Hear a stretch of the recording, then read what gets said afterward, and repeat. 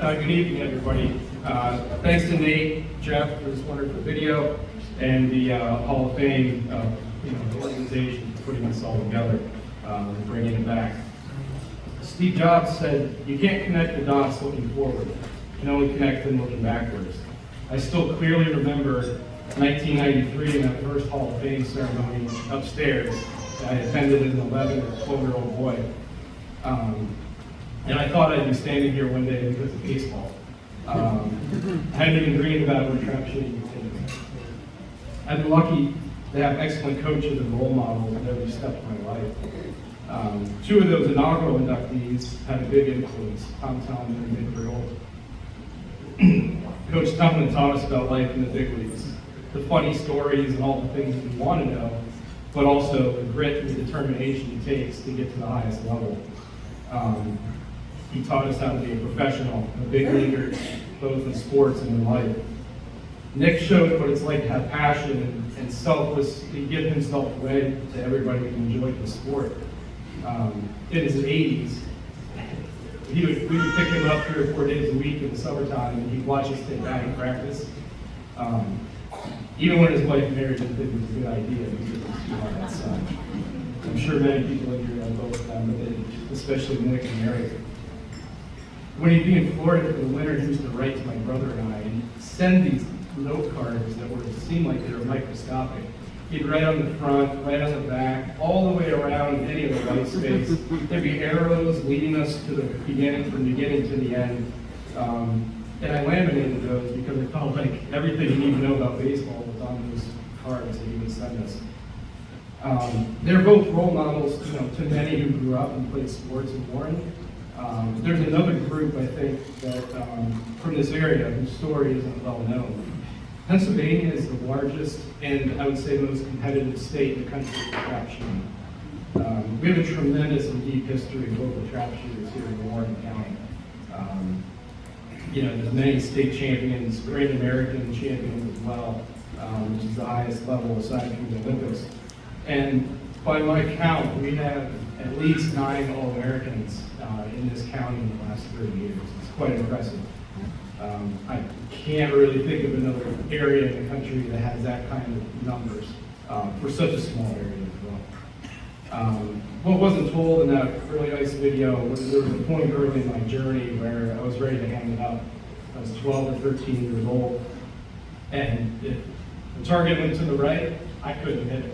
If it was straight or to the left, I had no problem, but in total, that doesn't win you anything. And that has become known as the slump in our family. So we refer to it fondly, I suppose, looking back. But we were searching for answers, and several local shooters were a little bit occupied and didn't have the time, but there was one who said yes. And that guy was Al Morgan from Mulligan, New York. With an adjustment to my gun, followed by a masterful coaching job, rebuilding my confidence, I was on my way to new heights. He was everything a coach, mentor, friend, and probably a psychiatrist should be. He never wavered over the next 30 years, and he knew how to push me like any great coach can. Betting or shooting with $1 on the line or an ice cream sandwich never had as much pressure as it did. None of this would be possible without my parents. They made many sacrifices so my siblings, Christopher and Laura, and I could have this experience. Both of my siblings are All-Americans as well. My parents view trap shooting as an investment in us, and they rarely pushed us. That slump, that moment was one of those times where my dad said, "You better get it together, because I don't know how long we're going to be able to, afford paying for you to not shoot us." Finally, my wife, Kristen, and shortly after we were married in 2017, I bought her a Penn State shirt that says, "I married into this." Now that was Penn State football, but I need to find her a trap shooting equivalent at some point, because she's been supportive of me and my passion for the last 7 years. But what's becoming clear by the day, and as you can see in the videos, that shirt proudly should say, "I married into this, I'm surrounded, and there's no way out." Our daughter Julia travels to Pennsylvania State Shoot with me every year, maybe because Knoebel's amusement park is down the road and there's cotton candy there. I don't know, but she enjoys the shooting. And our 2-year-old son is just totally obsessed with shooting.